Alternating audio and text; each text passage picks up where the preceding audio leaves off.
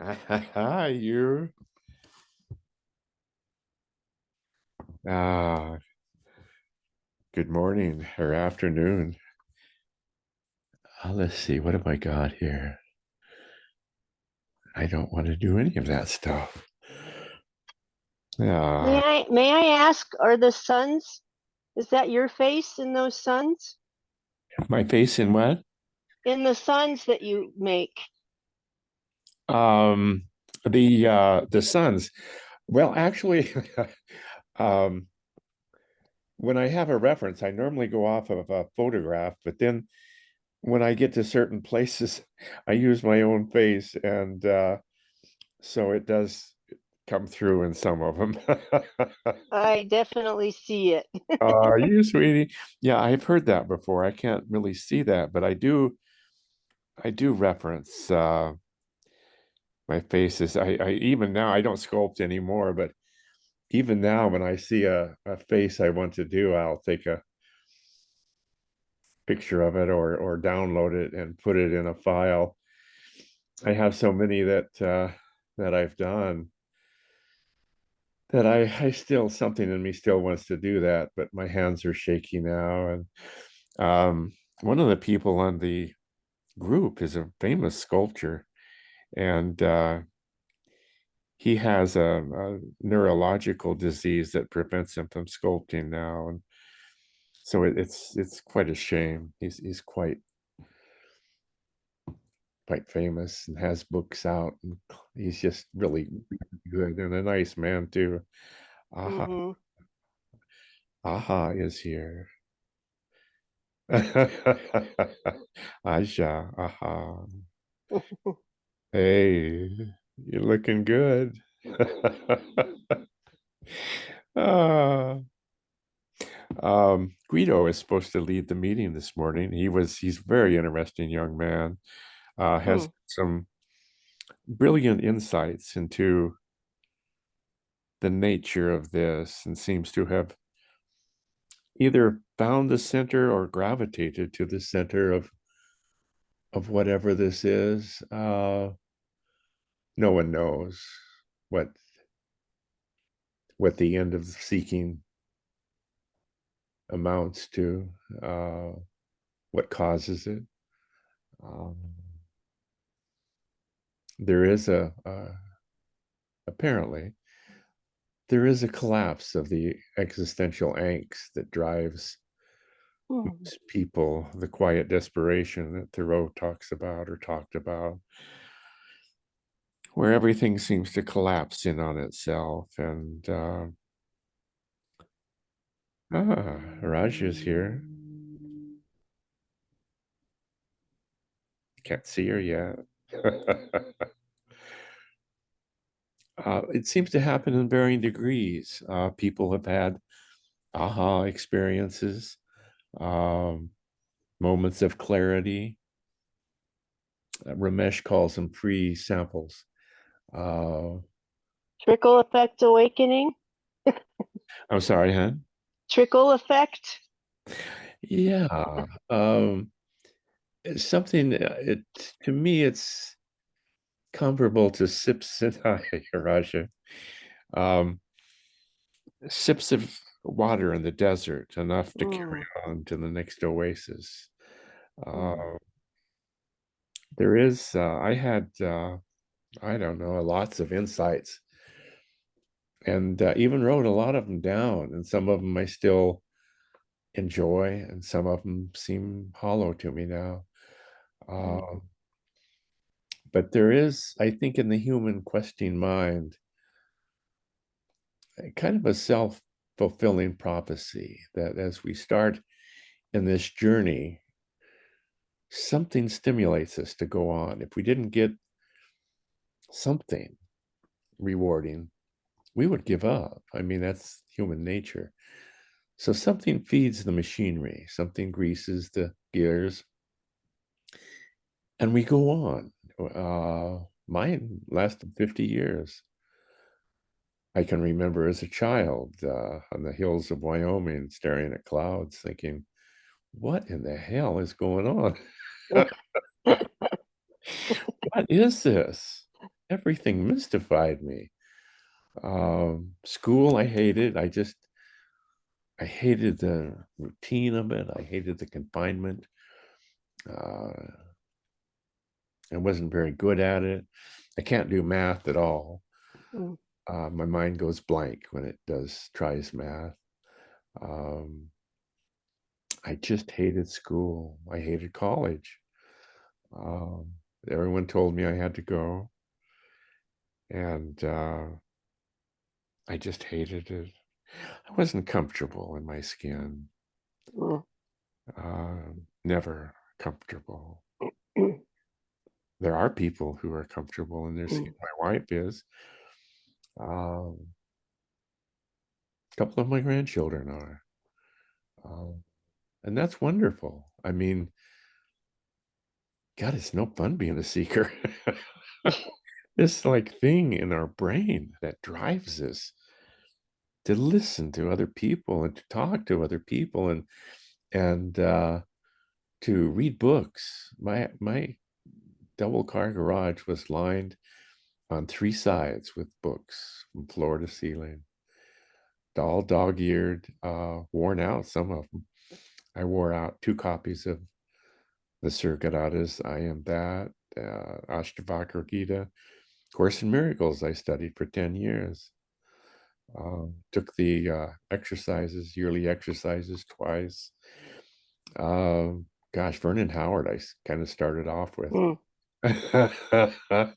And Carlos Castaneda and Seth and all the people who did channeling. Oh gosh, there's a lot of them. Yeah. Yeah, I tried them all. I read everything, and then I got into poetry Mm. and then Eastern religions and what else? Oh, self-help books. Oh yeah. Yeah, a lot of those. All day long. Alcoholics Anonymous and Adult Children of Alcoholics.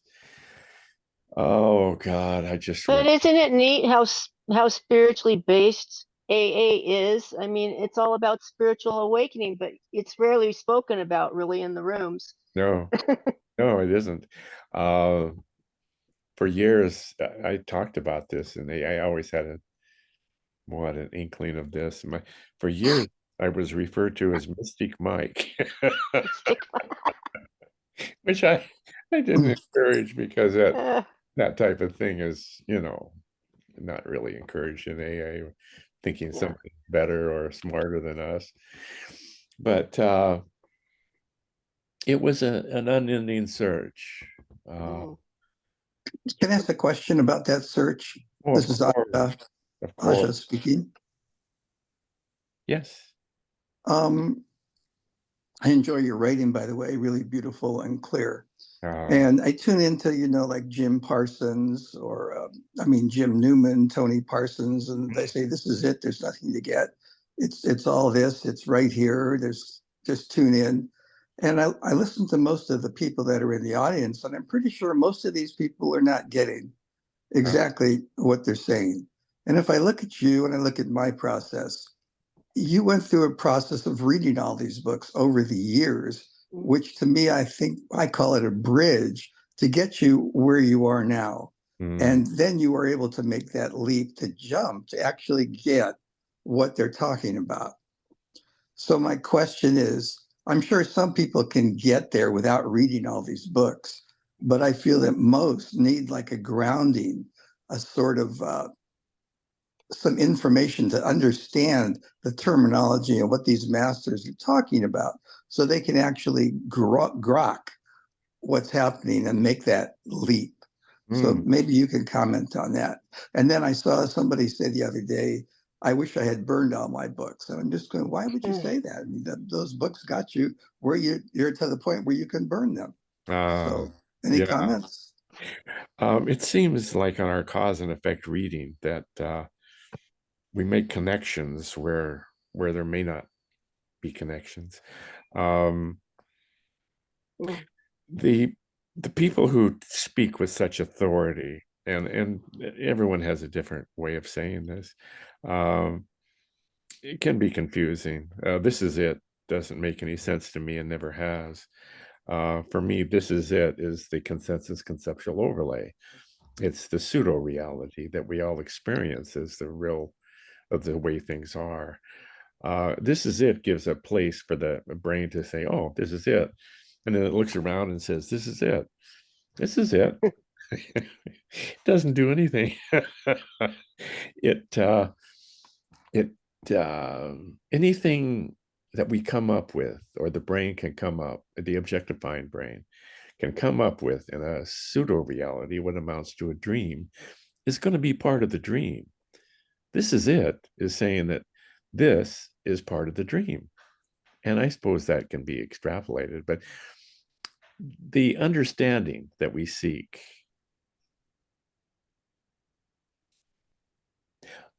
understanding itself is a misunderstanding. Ultimately, we understand nothing.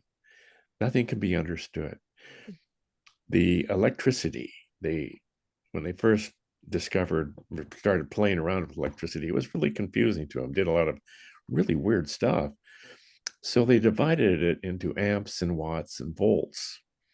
And I studied for a contractor's test, and I knew what amps and watts and volts were and their relationship and stuff. And I didn't know a thing about electricity. We think we know something because we put a name on it, and we don't. We just labels is all we have is this is label land. Nothing can be understood, and even that can't be understood.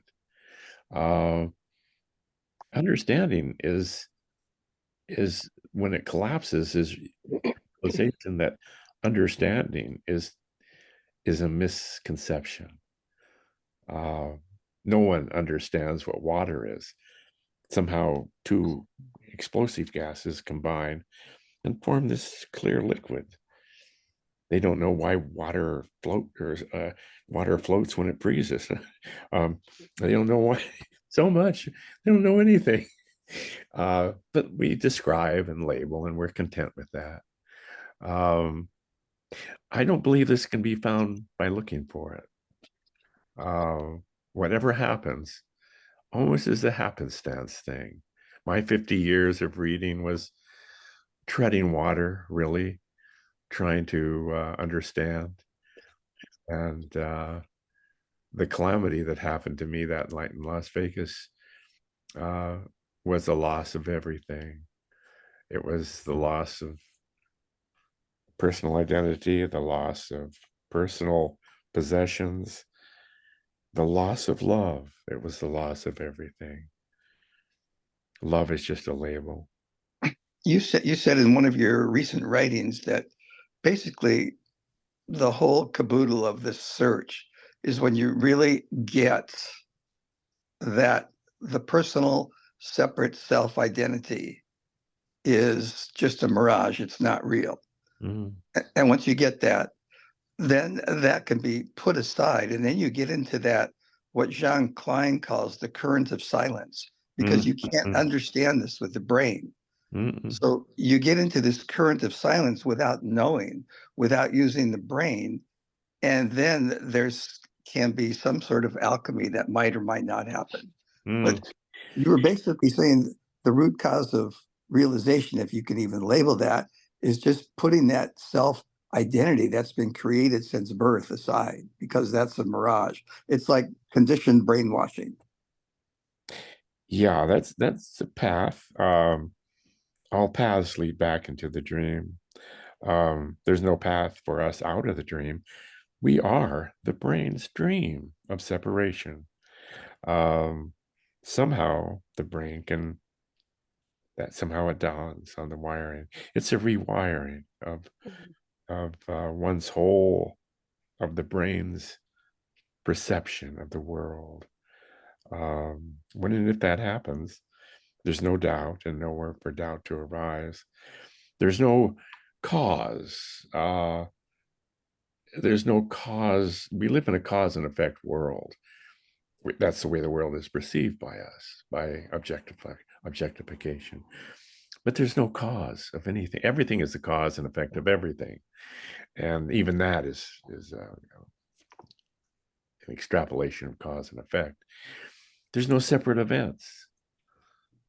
When we think of my graduation or my wedding or my birthday, those all are an event flow, a stream. There's no separation.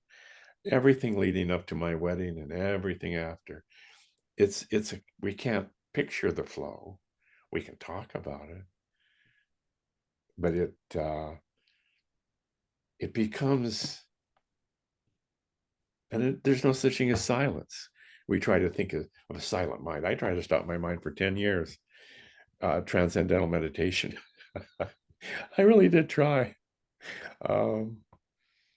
It was unsuccessful. Of course, we are the thought stream. We have no control over it. Guido is going to lead this meeting this morning. I'm sorry, Guido. This is Guido. I've talked to him several times. He has a wonderful perspective on this. And the things he says go deep.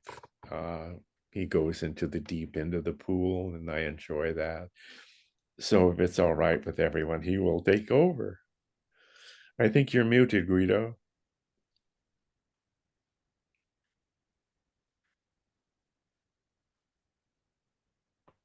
You're still muted. Down in the lower left-hand corner, there's a little microphone. Magic mic. Yeah, push that little thing that says mute on it. There's a little green dot on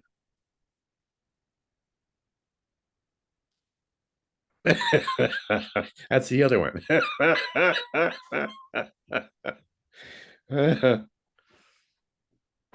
Now, very far left-hand corner, little microphone. Can't find it? Oh no, let me see.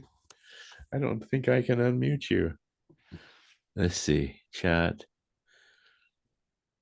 Oh, I can't unmute you. Wait a minute. Okay. You found it. Wonderful. Well, can you hear me? Yeah, I can now. Okay then. Okay. That's a funny thing is that because now I can hear you not with my how to say this these little things. I hear you on my speaker. So that's odd. Okay. Yeah, that's good. Can I do this? I'm so bad at it. I'm so terrible bad at this. Okay. Yeah, you can go ahead. Oh no. No. Okay, then I will. So, hello. Hello. Hi, everybody. You can hear me all? Hi, Guido. Yes. Hi. How are you doing all?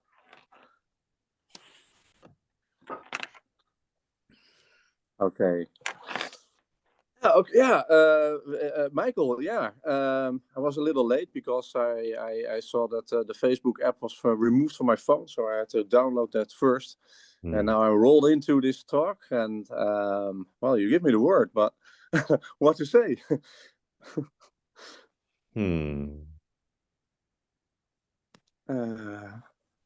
Yeah.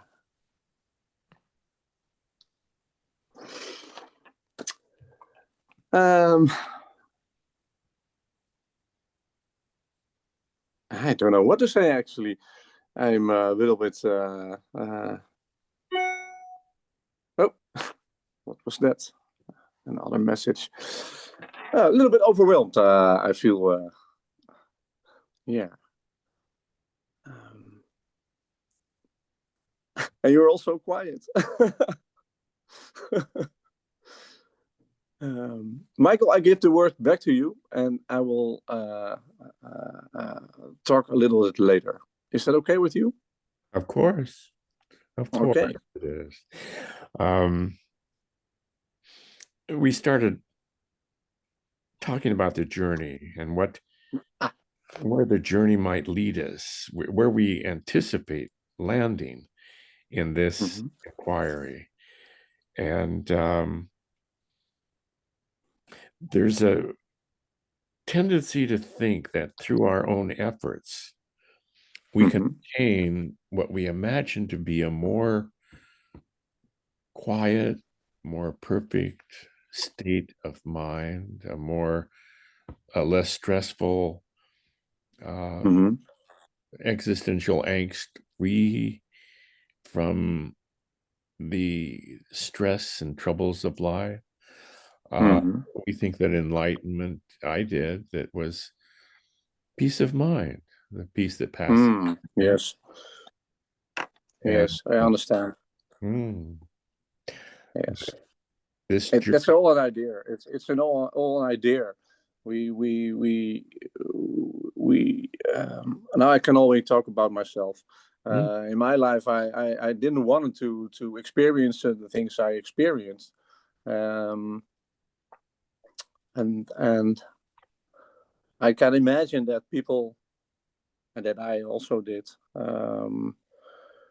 created a thought of what was going to help me. Created an idea that I was chasing to get rest and peace, but that's all imagination. And it's like a carrot before your nose on a string that's leading you, and you walk behind it, always walking behind it. And for me, this was not the path. I see people do that, so that's yeah. So what was your path? My path was ultimately to realize that I'm nothing. I'm just a produce of my imagination. Guido the bullshit. I believed it long enough, and dragged me down for a long time. And I suddenly realized that there was nothing left to it. It's all made up. How did you get to that point? Yeah, it's a good one. Because it occurred in 3 steps. One was that I was zooming out of my living room, my living situation, and I zoomed out and find myself far out in space, and then I realized that space that I was thinking about was also in my room. So I opened my eyes and I thought, oh, well, this is also that space. This is also that universe, and it amazed me. And then I thought, well, I'm here as well. So I'm also that universe. You are here as well. So you are that also. I'm talking here with myself. That's what happened. And I start crying because I thought, what a wonder this is to realize that. And then the second thought was that then all the things I don't want in my life are also a wonder, same wonder. And I was totally shocked by that. And this also happened in about in a week in time, 2 weeks time. A few days later, after that event, I was standing in the shower and I thought, why this? Why me? Why me? That was my eternal loop of thinking. Brought me a lot of pain. And suddenly it occurred, there is no why. It's just this. There's just this. And it was the ending of it. The whole world fell off my shoulders. And I looked for the first time, I think, at the world. And it was beautiful. I cried big tears because it was always there. I didn't see it. It was me that didn't see it. And then Yeah. I just wanted to know, did your psychology fall away then with that? No, I didn't doesn't. follow. No, I didn't read any books or anything. Pen and paper, I have. I write myself a lot of things down to think about. But until the point of realization of what happened, you did read a lot of books before that No, I didn't. I didn't read any books. in your whole Nothing. life about metaphysics. Yeah, my whole life I didn't. I didn't read books about this. I never heard about this. After this event, a few weeks later, I first stumbled about non-duality, and I thought, what is this? What is this? This is my ideas. What is this? And I was really shocked then, and so this came into my life, and but I didn't read any books until that point. Then the information came, so I went into the information, and I read some things, and I saw some movies, and it's all the same. It's all that what I came up with. Nothing more, nothing less. And some people use other words. Okay, it's on me to listen carefully what they are saying, and when I do, and I open myself up, they're all saying the same. Everyone is saying the same. But this thing happened to you. um, This thing happened to you, and you went out of space, out of your room. How would other people be able to obtain this or have this experience, or is it just some miracle? I see it as I see it as a miracle, and I'm really grateful for it. That's the only feeling what was left at the moment, gratefulness about this. But you know, the problem with the information is that when you hear about this and you read books about this, you form this idea and you're gonna chase it, and it's not your idea, it's not your thoughts, it's somebody else. So you make an idea of something you never experienced, and that's what you're looking for. So if it's not resonate with what you think, it's not gonna happen. It's extremely difficult. So I encourage people to be quiet and see what happens in themselves. So it's you that's waking up, and not some information from somebody else.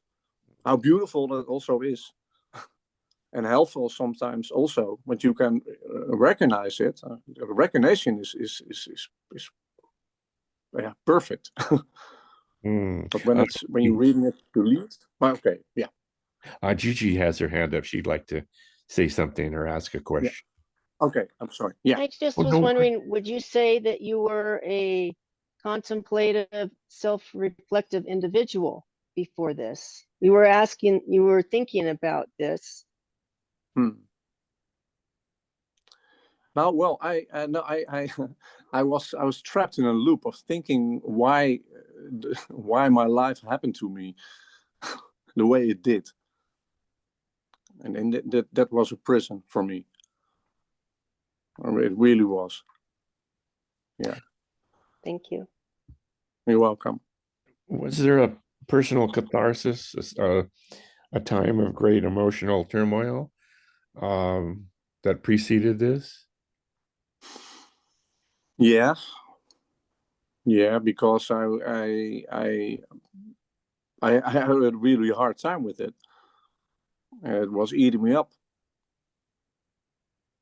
If I understand you correctly. So there was underlayment. I was suffering from myself. Yeah, that was the whole thing. I was suffering from myself.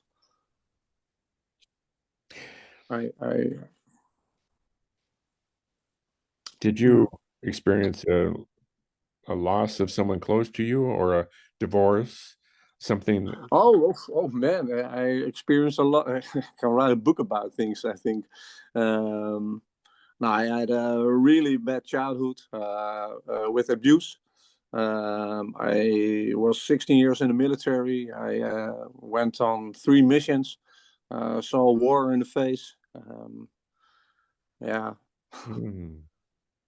Experienced a lot of crazy things in my life. Yeah. And that's all of the bad things. I experience also all great things in Wow. life also. So that put me always in perspective. It was always a sort of balance. There was really, really a lot of bad shit, and there were so many beautiful things they couldn't swept away. Of how to say that in English? I don't know. No. I think you have to be a full-blown adult to approach this. It's not for children. That you have to have a life behind you. You have to have had your heart broken and done some things you deeply regret, and all the burden that an adult has, the bloody sheet and the cross that we bear. I never met anybody who hasn't been through hell, who has attained this.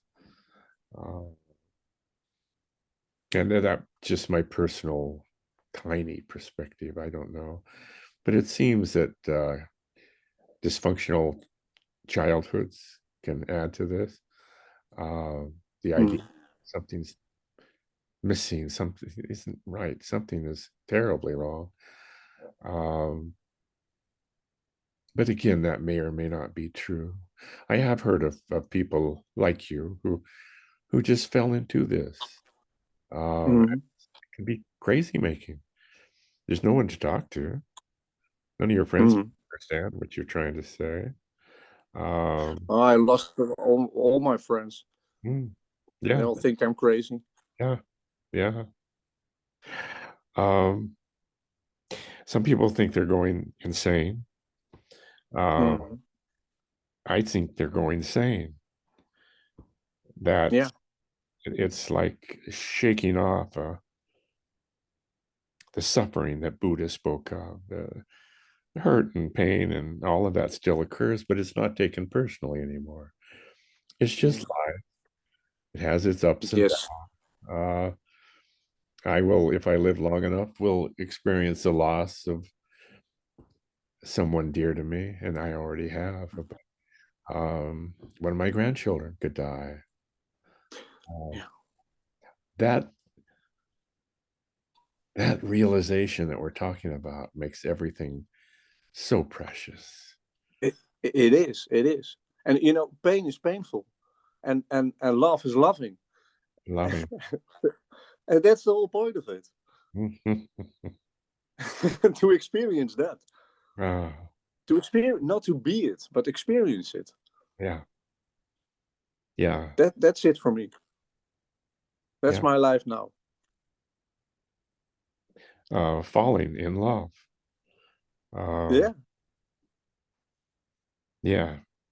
I for a long time I said love doesn't exist and all this stuff because nothing exists, and to me it all boils down to this compassion for other humans. I know how hard it is to be human. I think to be human is the hardest job in the world.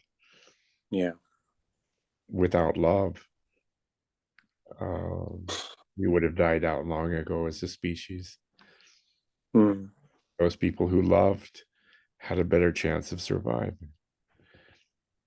They love their relatives and their friends, and they will protect them. Love helps us evolve, and love helps us stay alive. It's natural. Love is natural. It comes up naturally. I've never learned any lesson about how to fall in love or how to experience love. It's there. I can feel it. Yes. That's the whole beauty of it. We become fearless in our love. Yeah. I tell people I love them all the time. And I do. I don't see them as people, really. I don't see anyone. I don't see my grandchildren as really human beings. I see them as wonderful collages of self-referential memories. mysterious beings housed in a body. I don't see bodies anymore. I look at their eyes and fall in love. The sound of their voice, the timbre. Mm. I'm looking at Aja now, or Aha. Is that the way you pronounce it? Is Aha? Aha. Aja. Aja. Aha. I like Aha, the Spanish. Aha. Um, the story. I want to know your life. I want to know what your childhood was like and what the heartbreak is being a teenager was, and your first love, and your and I just this humanness. It kind of blends, kind of merges, eye clouds, I call them, passing through each other, leaving a hint of each other's life. I'm on the lower end of my life now. I can hear the curtains closing, and each one of you has become part of who I am. And the more I know about you, the more I love you. In AA, they go through a 4-step where they tell you everything they've done and everything that's been done to them. And they think, well, if he told him that, if he knew that, he wouldn't love me. And come to find out, the more I loved them, the more I knew. I just see them as humans trying to find love. And there's a lot of places to look in the world. Mm. Warriors develop a love for their comrades. It's a very close bond. And a lot of soldiers, when they leave to go home, they want to go back because of that close bond they had. The Romans knew this. They would put 10, 12 men together and they become one man. They would die for each other. And they do sometimes. It's love. Oh, I love love. I love being in love everywhere I go. Guido, when you left, when you went to outer space, for years I practiced lucid dreaming, where you, in a dream, you know you're dreaming. One time my brother called up and said, I get out of my body at night and I can't get back in. It scared him, terrified. And so I started reading about it. And at that time, many years ago, 50 years ago, probably, there's a lady named Thelma Moss at UCLA that specialized in out-of-body experiences. And so I got every book I could read. There was 10 or 12 books out at that time. And I tried getting out of my body at night because I thought my brother was going crazy. And I tried for a year and nothing happened. And then one night I was laying on the floor and I thought I had quit drinking, and I thought I fell out of bed again. So, but I got up and my hand went right through the floor. Over the next 10 years, I played with that. And I got to the point where I could actually, or thought, it truly felt like I could actually leave my body. There was a humming, clicking in my ears, and then all of a sudden I'd be out of my body. And I could go up through the ceiling. I could go into outer space. I could go over cities that I'd never seen before. I could fly through pine trees, like that show in that movie where he's just shooting through the pine trees. I could do that. I could shoot for the trees, up through the stars. Now I know, or this brain knows, it's all happening in the brain. I never left my body. It was so real, though. It was realer than this, more real than this. It's all inside the brain. This brain is so creative that I, implanted in it that I could leave my body, or it implanted in itself. And by God, there it was, leaving this body. but it's all inside the brain. Nothing happens except inside this beautiful brain. It's a closed loop. We are a closed loop. Somehow across this great Grand Canyon, we can talk with each other. I don't know how that is. We can share our life. We can leave another scented with our perfume. Each one of you has perfumed my life with your essence, with your humanness, with your beauty. And that's falling in love with the image I have of you. Just the image, and that's enough. But you are an image to yourself also. And that image ventures out into this mysterious place, this objectified overlay, consensus conceptual overlay, or dream, whatever, and talks to other people and sees trees and flowers and poppies, buttercups and bluebells and hummingbirds, monarch butterflies, a million things named, and it's wonderful. It won't last that long. But while we're here, look around. Yeah, beautiful. Beautiful.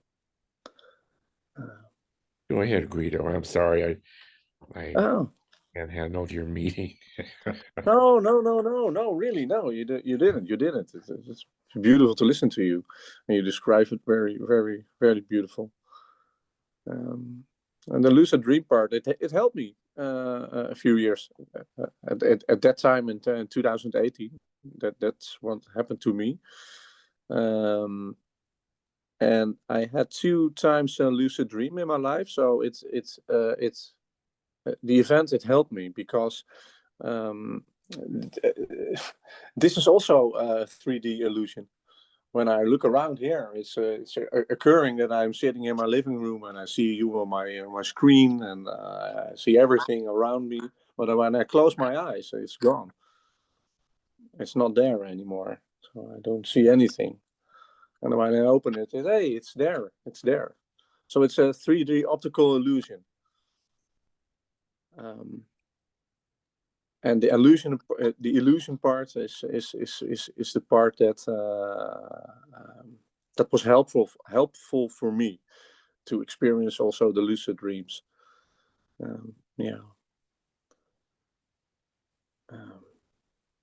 that's all I know about it. And I wrote down for me in that year in 2018 then that when I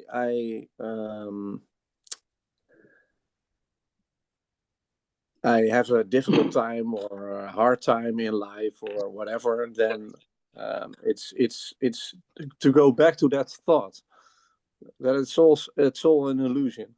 It's all that dream. Also, it's all that. It's not real. It's what I think it is. And what I think it is perhaps not what it is. Gigi has her hand up again. But maybe you do. Yeah. I mean, we Hi, are limitless. Right? Oh, I'm sorry. We are limitless. So anything is possible. Can you hear Can you me? repeat the question, please? I can understand you very I bad. said you said that there is conditioned, that we are responding from our conditionings, right? Yes. And it is our conditionings that make us believe that we are limited. But we are not limited. We are limitless in the sense that whatever, I mean, everything is possible. If you think it's a dream, I mean, you can, it's a dream. You can do anything you want to. Like once I was lying in my bed and I could feel myself rising out of my body. Hmm. There were other times it happened to me, but I was not aware of it. But this time I could feel it. Like you're rising out, your body's there and then you're above it. It's awesome. Yeah. Yeah. I don't know if that's, I mean, whatever happens in the dream is not really, we cannot say, oh, this is it, you know, like, Hmm. so, but that seemingly happens. And there were times when I felt the presence of people, like, like when they had no, like you don't feel their bodies, but you feel that invisible presence, that there are people there looking. And once, like I was looking at my phone and I could feel this person actually touched my phone, you know, touched Okay. my phone. Wow. Yeah. Yeah. Oh, wow. And then I really didn't say, oh, yeah, that makes sense to me. Yeah. So it's a realm of infinite possibilities.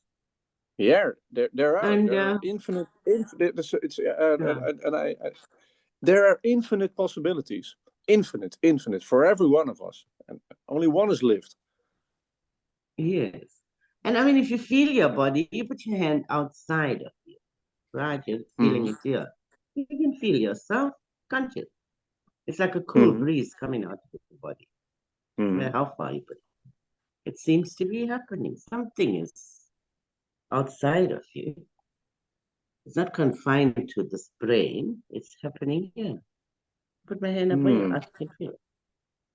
Oh, yeah, it's like a wind. So I don't know what it is, but there seems to be something else that I can't explain. Like once I was cooking a curry, right? And I was looking into the pot and I put too much of oil. And I felt like someone was telling me, hey, that's a bit too much of oil, you know? Yeah. You're putting yeah. And I'm sure as hell it was a person that yeah, it's yeah. People said so. Yeah. I mean, it's like almost like you're going insane, right? When some things like that happen. But I know for the fact that I mean that there are some things like we're not confined to this body, you know. And yeah, like Michael said, oh, it was happening all in his mind. Obviously, it's happening in someone's mind or someone's brain. It can't be out of, you know. But yeah, you do feel it. You feel like you're out of your body. I feel it. That's nice. I've never felt that feeling before, but I can say that what I didn't experience in my life, I cannot say that it's not so. When somebody says I have experienced that, then it's their experience. So Yeah. and so it's possible for you. Yes. Yeah. And sometimes I look at people and I see like they are disappearing. Yeah, they kind of like just disappear. So like they fade out.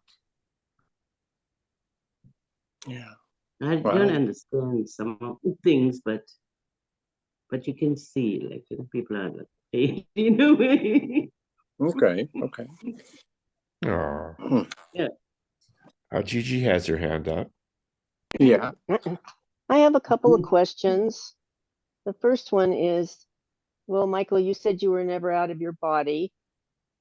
Do I need to speak louder? I can talk loud. No, it's fine. But isn't it true that there is no body? That's my first question. I have another one. There is a body. Huh? There is a body. Well, that's where I get confused. Second question of experiencing separation from thoughts Hmm. and separation from sensations moving through the body. I guess you would call it a witnessing, which is a different place than where you guys are at, I'm thinking. So Yeah. what is that? My understanding is that I'm not my thoughts and I'm not the sensations that go through this body, which has That, actually been a tremendous help. I don't buy into the Mhm. story as much, and I don't suffer physically as much. Even when there's pain, there's a space between me and it. there is a physical body. There is a physically manifested universe, to the best of our knowledge. One of my favorite teachers said is, if you can put it on the table, it's real. I like if you can measure it, it's real. It has a physical counterpart that we can agree on. Trees, elephants, giraffes, rocks, body. Thought does not have a physical counterpart. Silence, love, those exist only as ideas. So the objectifying mind combines these two worlds, physical and imaginary. And then it has trouble separating the two because But what about the fact that every cell is empty? When they go down, they find only space. yeah, those are just thoughts. Those are what, in a sense, meaningless thoughts. You can't find anything by looking in thought in a world that exists only for us as thought. Mhm. So then what about separating out from the pain experience that I live? And it actually helps me. There's wonderful tricks that the brain can do to alleviate pain. Wonderful methods and techniques. Meditation can do wondrous things. But that's that. We live in a world that exists of a physical world and a mental world. And we, of course, can't separate the two because we are the illusion of separation. We are the brain's belief in a subject-object bicameral world, dichotomy. That's our world. And it's limited, it's defined to and confined by our ability to objectify, or the brain's ability to objectify.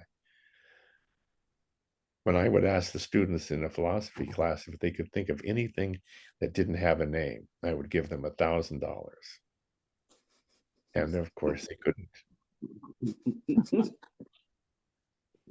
Fantastisch.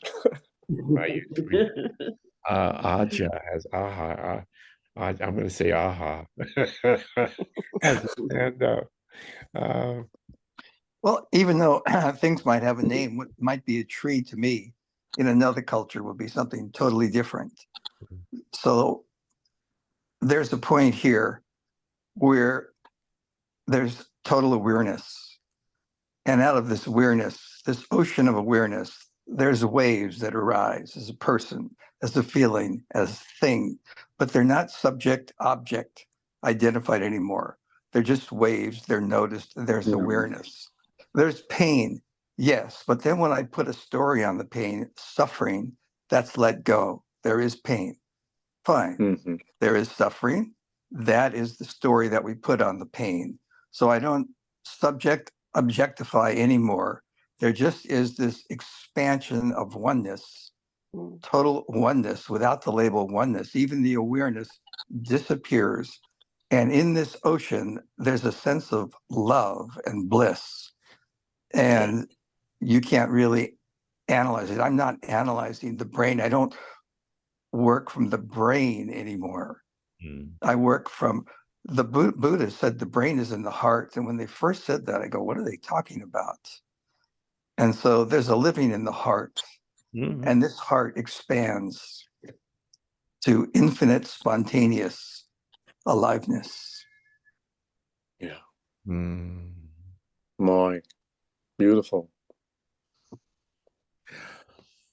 The suffering that the Buddha spoke about is existential angst, the suffering of imaginary separation.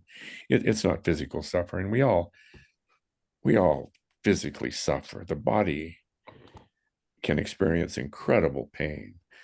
I have something called trigeminal neuralgia, which is referred to as the suicide headache. It's the most intense, Mhm. more so than cluster headaches or migraine headaches. It's terrible. Ugh.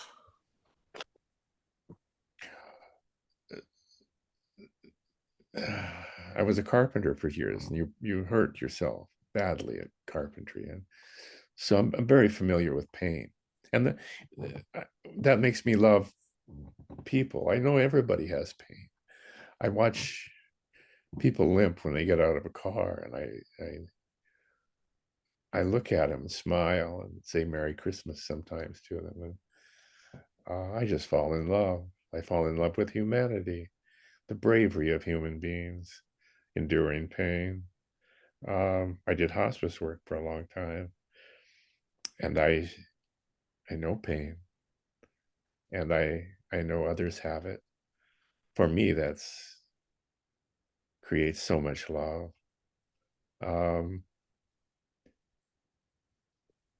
But the suffering, the existential angst, the pain of separation, of loneliness, of aloneness that all human beings have.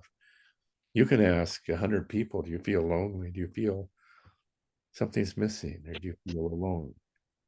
And almost everyone will say, I do. Life is longing. We all long for something. We are life's longing. Trees long for the light. Forest animals long for security and safety and warmth and mating and constantly longing, constant longing. Do you still long for something? Of course. They asked Tim Kliss that. Tim and I were talking one time at his meeting, and the lady said, do you still long, Tim? And he said, oh, of course. Life is longing. We're life's objectified longing. We long for things that don't exist. We long for happiness. Doesn't exist. We long for safety. Doesn't exist. Those are just ideas. Life is longing. We can't escape that. And she said, Tim, that really, that upsets me because I thought I'd get over this longing. No, you won't. Is it only the sense of identity that falls away in separation? It doesn't fall away. It's seen as the jewel, as the gift, the thing that allows us to see how beautiful things are. Without imaginary separation, there's no beauty. Animals don't see beauty. A female peahen will look at a male, and we see beauty. She's looking for perfect feathers. She's looking for eye alignment. She's looking for the right vibration. She wants a male that's going to have his complete tail, because if he can support that in the jungle, he's pretty sharp. So she doesn't see beauty at all. We see beauty. We see a hummingbird as this hovering bit of emerald fluff. Rainbows. Look at rainbows. No other animals. Oh, wow. Oh, at a rainbow. We do. We see each other's beauty. I'm looking at your faces now, and I just want to get lost in your beauty. And I truly mean that, because of your humanness, your openness, your I don't know. Oh, I'm taking this meeting away from Guido. Guido, you talk now. Oh, Michael, Yeah. like I love it. No, I love it when you talk. the pain story. Yeah, like when you look at pain, But my hand used to pain, you know, you're on this side. And then I don't know, this one day I said to myself, hey, I'm gonna take that pain. I mean, what did I say? And I said, I can deal with this pain, you know? And I took my attention away from the pain. And suddenly I didn't feel any pain. Mm. I mean, it's still there because when I raise my hands, like when I go to have a bath or a shower, I feel it, you know? And I know there's pain there, but it's like I'm not focused on it, you know? But I don't know. I mean, I've never experienced chronic pain as such. This was the first time I had something like that. Mm. Yeah. So I know your pain must be a whole lot worse, like Gigi and Naja or whatever. So I haven't experienced pain that intense. I don't know. But I just know that when I did experience this kind of pain, I said, I can deal with that. I'm just going to take my attention away from it, you know? And somehow that helped. There's ways of mentally dealing with pain. Acupuncture Yeah. supposedly works, although science says it doesn't. If you look at Skeptic Magazine's study on acupuncture, and even chiropractic. I used to go to chiropractors, and God, I'd come home with feeling better. But the whole chiropractic theory is based on a bunch of erroneous assumptions. Acupuncture depends on which acupuncture you go to. There's two main ones. They use different meridians. A lot of people think it's psychosomatic. That I don't know. I do know that I felt relief from chiropractic, but when you look at the origin of chiropractic study, that they believe every human illness originates in the brain or the spine. So by manipulating the spine, they supposedly can cure everything, and it's not true. They can't. A few Scientific American has some wonderful studies on these things that are kind of eye openers. Human brain can really fool itself. Its big trick is us. And pain is only there when you are aware of it. Say that again, Guido. Pain is only there when you're aware of it. Well, physical pain is hard to deny. It's there for a reason. Without physical pain, lepers die because they don't feel pain. And in that not feeling pain, when they get a cut, they don't. So gradually leprosy will deteriorate. Pain evolved for a reason. Something needs to be taken. Of course. And for us to learn really good tricks to get rid of it, it's kind of counterproductive when it can be hopefully taken care of by I think modern medicine has a lot to deal with pain blocks, lots going on now. The mind can play tricks and stuff for a while. Yeah, it can. Yeah, for sure. And that's okay. I think everything's okay. Everything is natural to me. War is natural to me. It also works the other ways around. When you think about going to the gym, and when you think you're laying in bed at night and you're thinking about lifting some weight, your muscles are growing stronger. They've tested that. After a few weeks, you can see you have they can see the difference. Yeah, that world of mental and physical that we merge. Magic. Is fluid, and we can't get a hold of it. We don't know. I don't know. It's a joy of being human. I used to think I could manifest something by thinking about it, and for years I convinced myself I could. And come to find out that doesn't work that way. I think those are all footholds where we think we have, and Also, Michael, if you think about it, like pain is good. Pain is good. You know, I mean, although we say, if like I went to visit my sister-in-law, right? Mhm. And she had she has cancer in her spine. Mm. So she fell and then she couldn't walk anymore. And she was lying in the bed, like, you know, and it was dark. She said the lights were hurting her eyes and stuff like that. And she didn't want to talk. And so I said, okay, just give me some of the oil and I'll massage your feet, you know, or some to help in some way.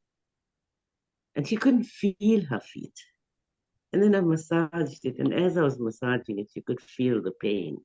Mhm. And then she said that it felt so good because she couldn't feel her feet. And Mm. now as I was massaging it, she could feel the pain, you see. And then she said, that is so good that she could feel the pain. Mm. And then she Yeah. got up, the lights was not hurting her eyes anymore. It Mm. was now like she knew like she was going to be okay. Like, you know, Mm. like up till that point she thought she was gonna die. You know, when people have that fear of dying. And then she just got up. Now the lights are not hurting her. And she sat like for 2 hours talking to us. And she's okay now. She's Mm. coming around. Just that feeling that pain made her realize that she was going to be okay. You know, I don't know how that worked, but it did.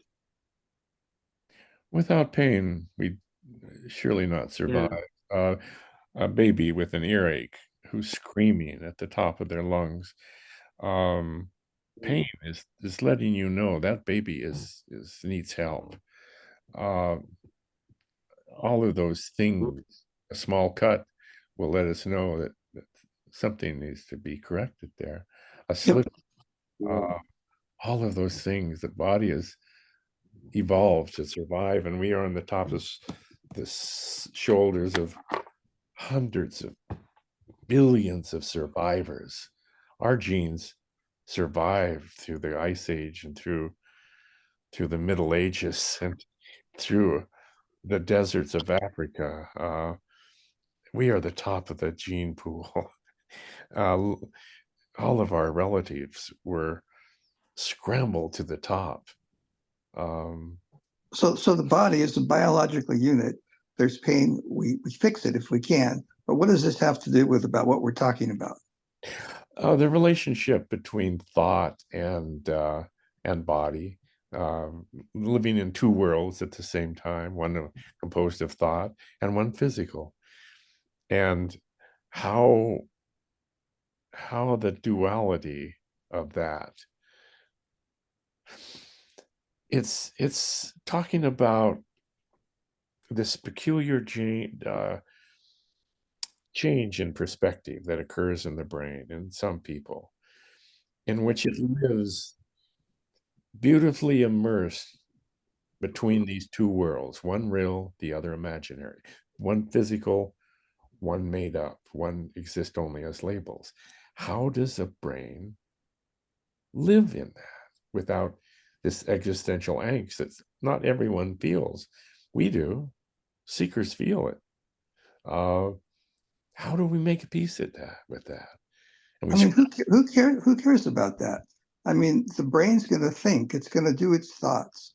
We're in an ocean, the ocean of oneness. The brain has a thought, we notice it, it disappears like a wave. Who wants to think about analyzing this brain? Well, it's not analyzing the brain. It's the brain really trying to figure out what's happening in this imaginary separation that it creates by the naming of things, creating a subject-object dichotomy, an opposition almost. And it's very easy to figure out. It's been conditioning since we've been born. Of course. It happens when we start learning the names of things. Before that time, we're drifting around in kind of a fluid amazement of things, a baby's point. Yes, we're in that spontaneous innocence, which we can live still 24/7. We can. It requires a rewiring of the brain, a loss of, I'm not rewiring my brain. I'm letting it go.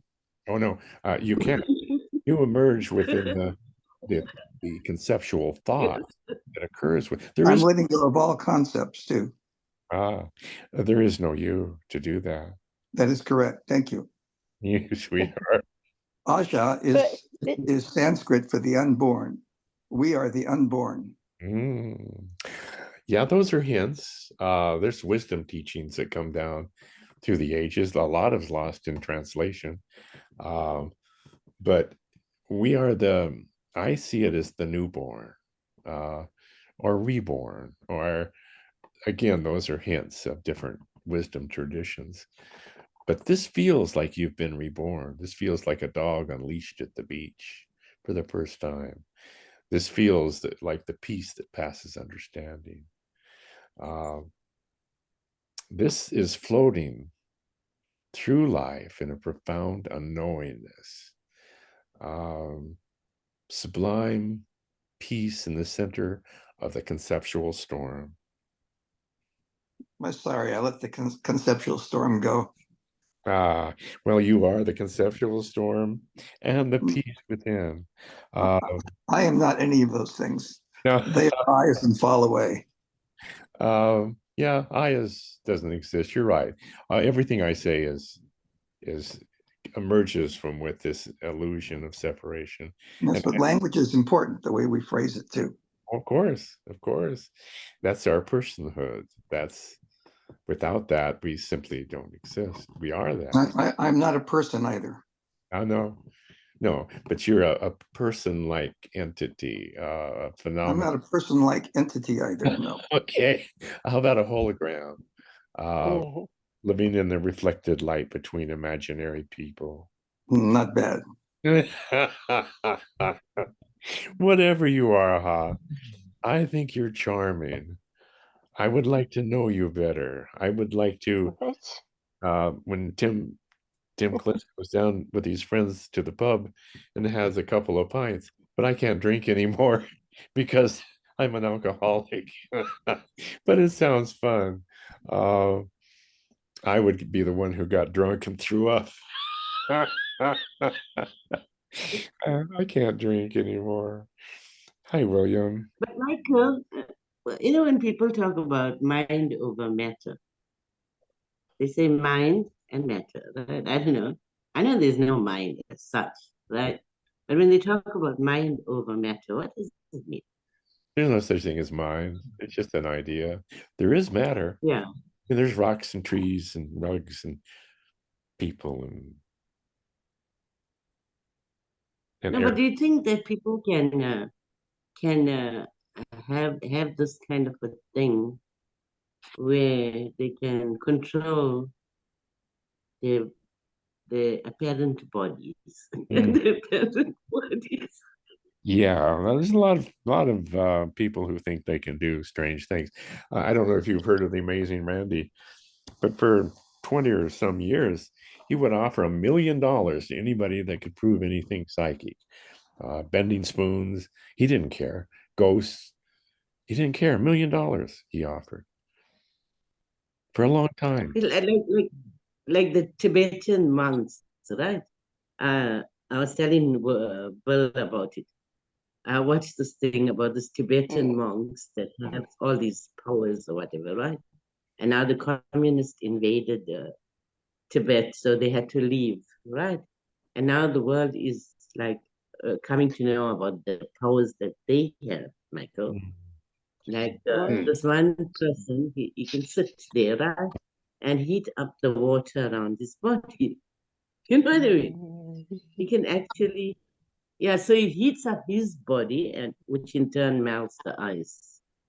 And then I watched this on TV. I watched this one man, he was like moving his hands, and it wasn't solid, it was just air moving through his hands. Yeah, You could feel it. yeah, Yeah. a lot of funny stuff the mind can invent, or the brain. Yeah, it can't. All that's subjective. All of that is. There's no way to prove any of it.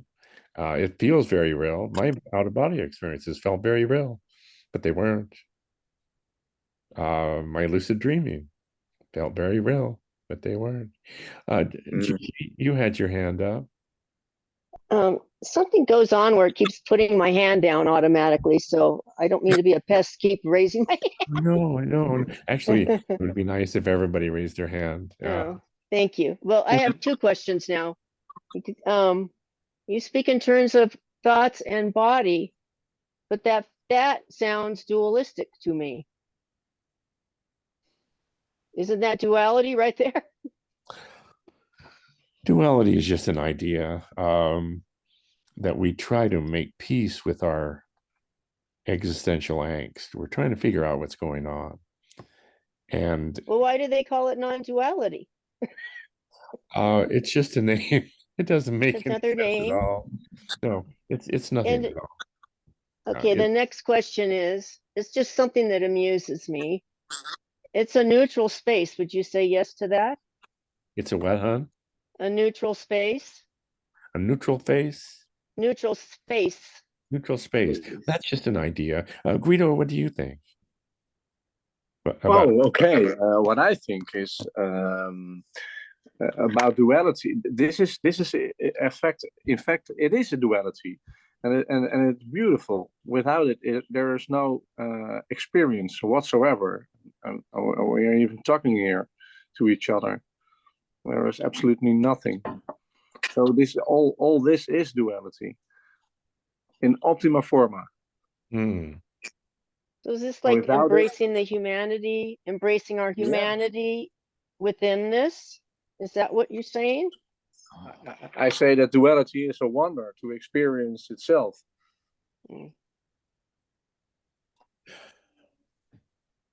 For me, this is all one. For me, this is all non-duality. But there is no experience possible without the duality in it. There has to be a seer of some sort. Yes? Can you see that again? Then it needs to be a seer present to witness it all. Yeah. Experience. Yeah. Experiencer. Yeah. Yeah. That's also an idea. And then my next question is, if I just find it amusing how people debate this so much, I guess, because I just thought it was a neutral space. And it seems like there can be a lot of attachment to being right about one's perspective of this. And I get entertained by it on Facebook. And maybe it's my idea of what it's supposed to be. But I feel like attachments to being, first of all, it's the great unknown. So how can anybody know or be right? Well, you know. You just feel it. I don't think it's about being right, Gigi. It's each perspective is unique, it's different. So my right is your wrong. It's fine. It's fine. But how I see the world, it's not going to be how you see it, you know? So we agree to disagree about certain things.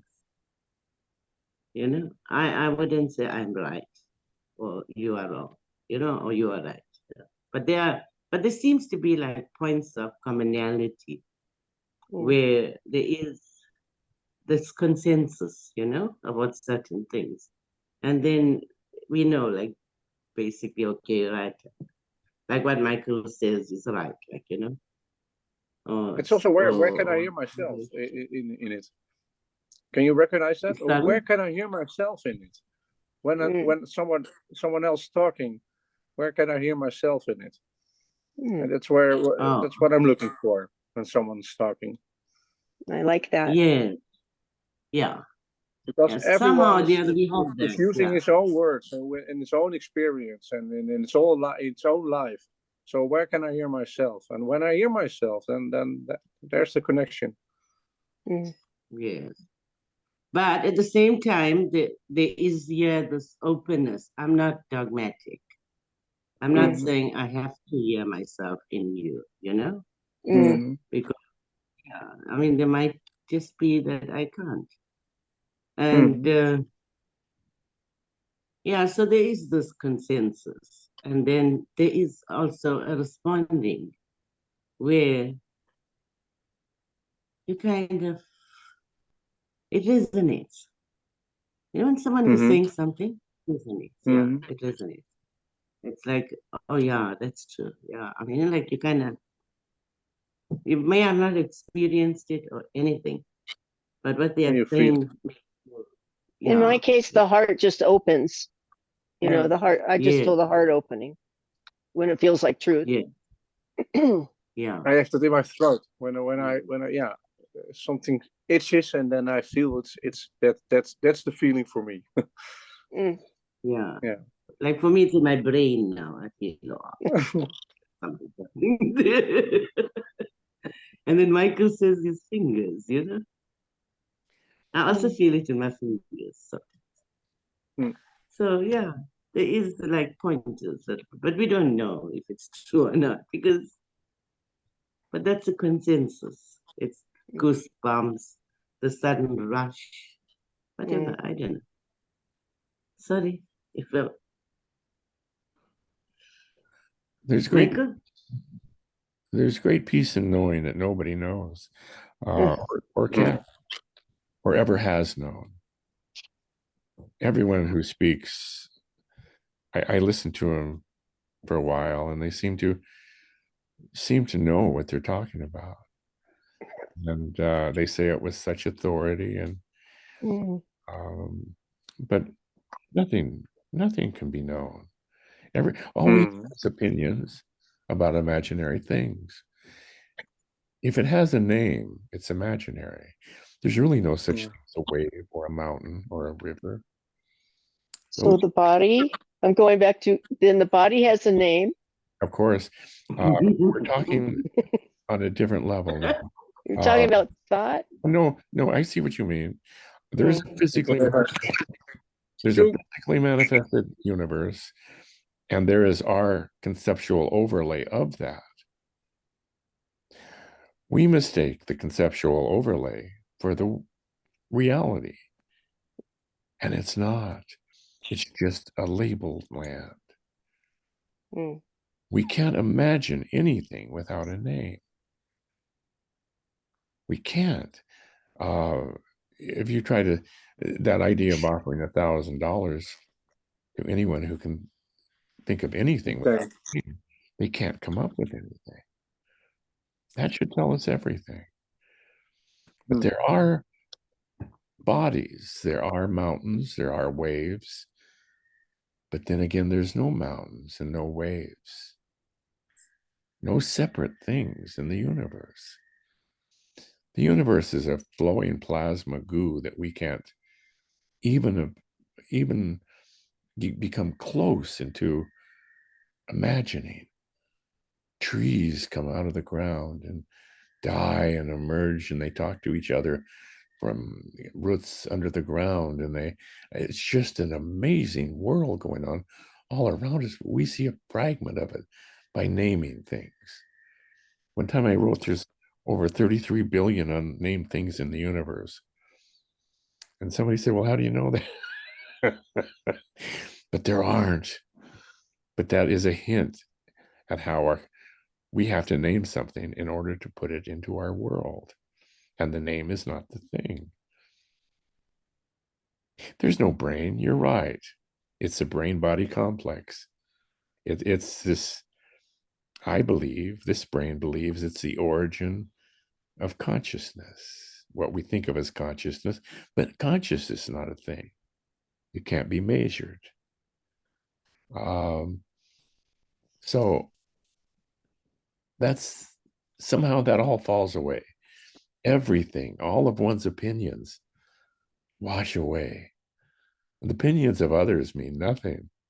I don't care who it is. I was listening to some really scientific thoughts on the new physics, and I thought, oh my God.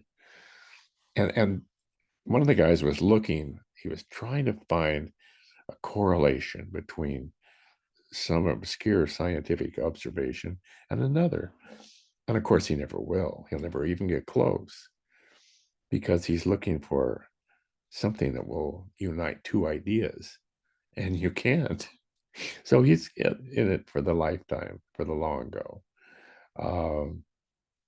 I love knowing that no one knows. I love knowing that no teacher anywhere has any idea what's going on, and never will, because all we have is this consensus conceptual overlay to Well, deal. that's good because I'm totally confused now. Yeah, that's good.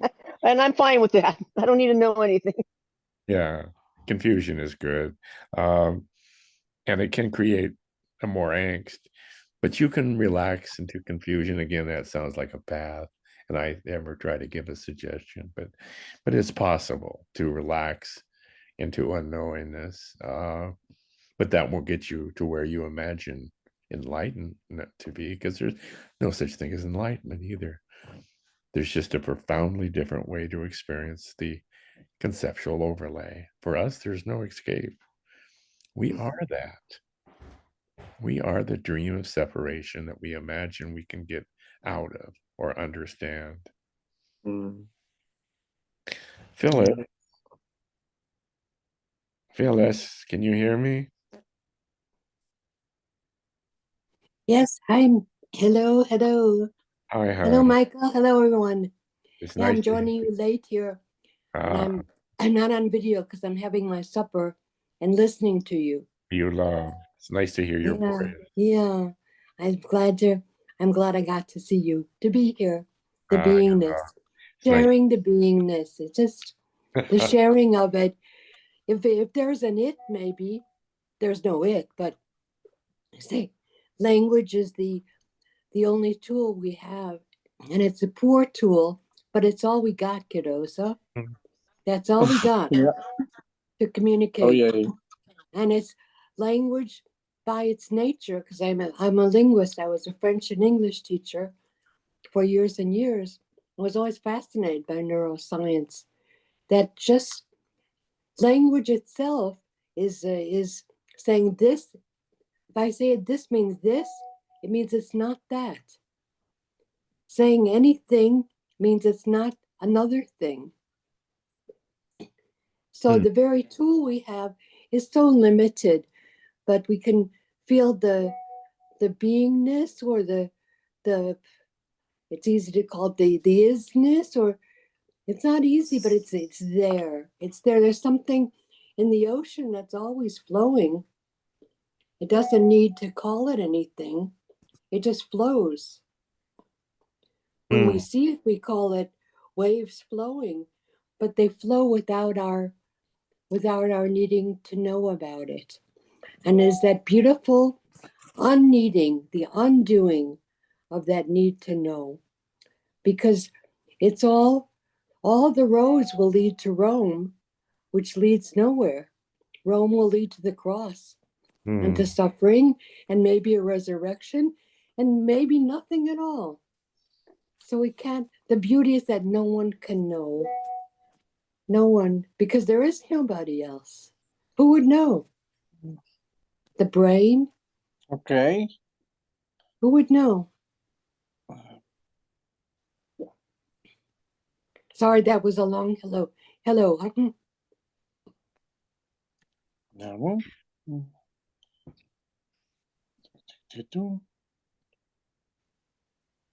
Yeah. No one can know. There's no one to know. We're shadow puppets, holograms, holographic figures emerging in this light between each other. The Bible says you are the light of the world. And I see what that means. Everywhere you look, you see yourself.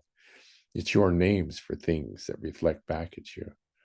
And somehow the light of others can shine into our prison for a moment. We get a glimpse of what it's like to be human. We don't know what it's like, but only one human alone atrophies and goes crazy. You isolate a human on an island, they go crazy. We need other humans. We are each other in that sense. We exist only in each other's lives. But it can be very confusing for those of us who whose brains are programmed to seek meaning. Life has no meaning. There's no purpose. There's no reason for things. There are no things. There are no separate events.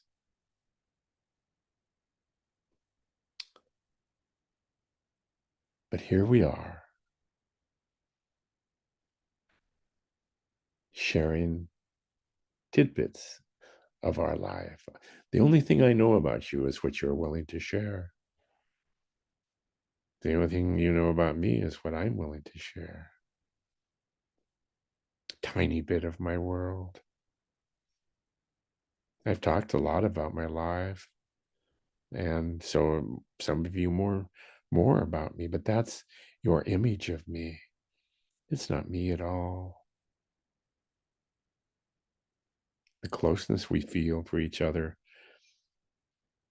is not really for each other. It's for the image that we have of another and how they align with our idea of humanity, of being human.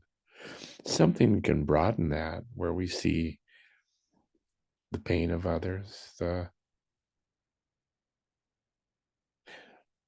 difficulty of how hard it is to be human. Life isn't easy for someone to whom this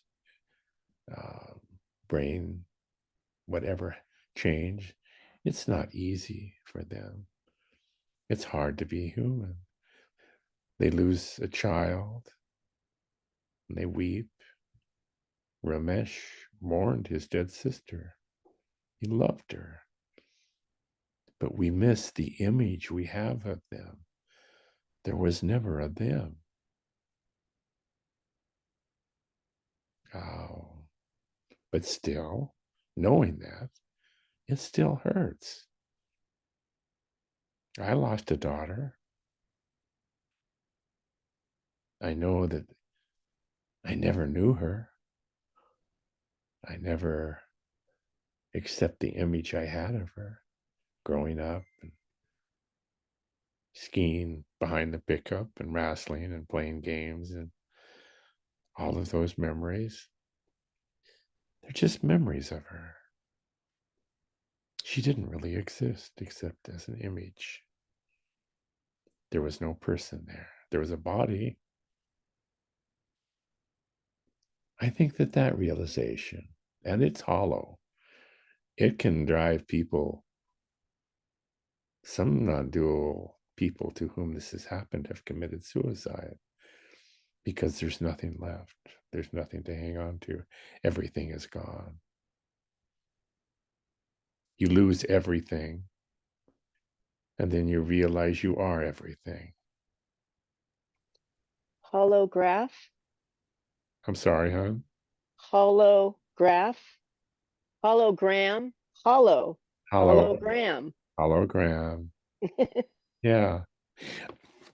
A hologram figure. It's light coming in from different angles, and it forms a little dancing figure, it looks real, acts real, but it's just an image, a shadow puppet, dancing in the light of the objectified world. But all those are just ideas too, just labels pointing. But when this happens, and when and if this happens, the sheer joy of simply being infuses itself into one's world, becomes the fallback position, becomes the norm. You're floating down a river. Sometimes it's warm and deep, and you're watching the clouds go by, and sometimes it's rapids, and sometimes it's waterfalls. And you're headed to the ocean, and the river disappears in the ocean. There never was a river. It's just rainwater. There never was rain. It was just condensed ocean. There never was an ocean. It's just a bunch of rivers. Nothing exists.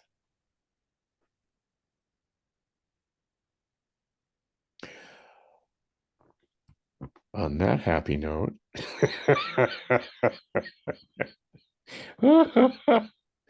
William, do you have anything to add to this? Yeah, I'm sorry to have gotten in late. I do these NVC calls on Sundays where, because most people work, I can only do them on the weekends. I was talking to a friend of mine up in Vancouver today, and he's into kayaking. Mm. And he mostly enjoys when his small competitive kayak turns over and he's underwater. And we were talking about various forms of death our parents had gone through. And he said he wanted to be jettisoned off a waterfall. Mm.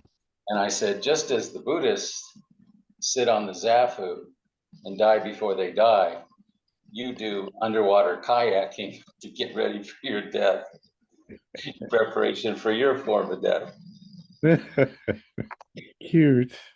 Yeah, it was very funny. So it fits right in with when you go into your more somber spot. Yeah. Before you pop back out of the realization that it's all just language. Yeah. Yeah. I can breathe. You use it sometimes to scare the shit out of yourself and us. When the first Olympics, they had underwater swimming. It only lasted for 1 year. Can you imagine why? 3 people drowned. Right. Very competitive people. They called it the Dick Cheney event. Oh God. Humans, just the things they do are so beautiful and so sad sometimes. Just a complete spectrum of humanity. Our time is growing close. It was grand to see you. Did we make any sense at all to you? I hope not. Then I'm a Talking Heads fan, right? Not making sense. How beautiful you are, Phyllis. It's so grand to see you. I love you.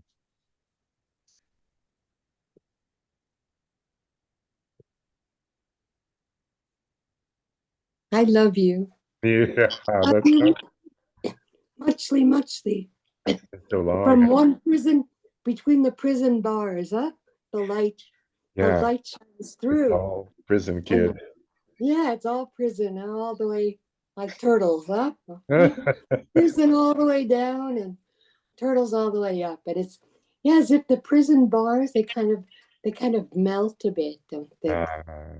You feel them kind of melting, modulating. And then somehow they open, huh? They open. It's all magic. That's a beautiful view. Yeah, we can make the place, our home, our prison can become a beautiful place. Yes. Oh, you people. I love you. I hope to see you again. We lost Guido. This was supposed to be his meeting. Oh, he's sweetie. Oh, I hope to see you next week.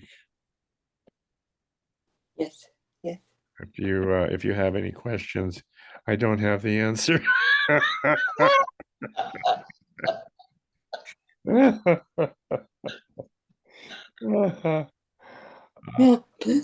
Please email another teacher. Anyone, please email someone else. Yeah. I can't be bothered. Have someone who knows. Yeah. Have someone who thinks they know. Oh, you beauties. So glad to see you. I love you both. Uh, I hope to see you next week, love. Yes, Ah, we'll have a try. you look radiant, Phyllis. Oh, the radiance comes with the sharing, huh? Ah, Comes somehow it lights a spark. Anyway, the experience in this body is kind of a spark, kind of like a sparkler being lit from the yeah, inside. yeah, And it's kind of dormant till most of the time when we have to go through the daily tasks. And you know, these aging bodies, they take a lot of care and time to do things. And, yeah. you know, and that kind of is dormant, but it's the lightness of being, huh? It Ah, lights up the skies. yeah, hard to tell. Hard. Hard to tell. And maybe darkens them too. Here it darkened them too. Yeah, That's what it wants, doesn't it? yeah. Life, huh? Dark mind. Yes, it's nice to see you back. Yes. I'm glad to be back. Oh, you Phyllis, you got this whole Judy Collins thing's going for you. I do. What is Yeah. that? You Yeah. know who I'm Yeah, talking about? The singer? yeah. Yeah, I'm familiar with her, but I'm 77. I don't think she must be my generation too. she is. She's a little bit older. Yeah. Little hippies, huh? We're the hippie. We're the last of Woodstock, huh? Actually, she was before then. She preceded that. She was in the folky movement. Oh, yeah. Yeah. Peter, Paul, and Mary, and Pete Even Seeger. before then, yeah. Yep, me too, huh? Wow. Post-war baby boom, huh? 1946. Daddy came home from the war, huh? And all those men who had came home as heroes. They made beautiful babies after the war because Ah, they loved their women, huh? So much. They were so glad to be alive. That's a story, but it's a beautiful one, and It I is. like to feel that it's true. That ah, that love made me, huh? yes. How wonderful. Yeah. Yes, how wonderful you are. Uh, Ah, so good to see you. I hope we see you both next week. yeah. You No, do. but I've got your number now. Got my number. I got your number. It's definitely here. 7 with an 8 wing. Okay, beauties. Hey, See you next week. Good Bye-bye. week. bye-bye. Good week. Good Ah, week to everybody. ah.